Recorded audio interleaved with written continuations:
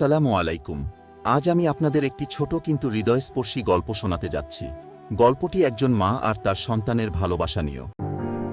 মা খুব কষ্ট করে মানুষের বাড়িতে কাজ করে ছেলেকে বড় করতেন।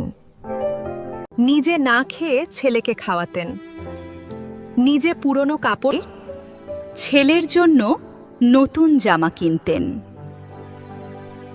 মা তার সব সঞ্চয় এমনি নিজের গয়না বিক্রি করে ছেলেকে শহরে পাঠালেন। রাহাত বড় হতে লাগল। একদিন সে শহরে গিয়ে পড়াশোনা করার সুযোগ পেল। শহরে গিয়ে রাহাত ধীরে ধীরে বদলে যেতে লাগল। নতুন বন্ধু, নতুন জীবন। সে তার মাকে ভুলতে শুরু করল। মা প্রতিদিন ছেলের ফোনের অপেক্ষা করতেন, কিন্তু ফোন আসতো না। একদিন মা অসুস্থ হয়ে পড়লেন, কিন্তু ছেলেকে কষ্ট দিতে চাননি বলে কিছুই জানালেন না।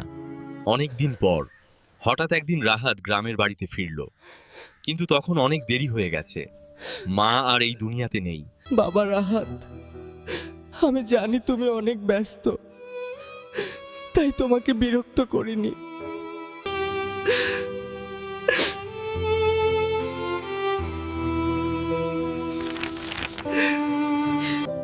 বন্ধুরা, আমরা অনেক সময় জীবনের দৌড়ে আমাদের সবচেয়ে আপন মানুষদের ভুলে যাই।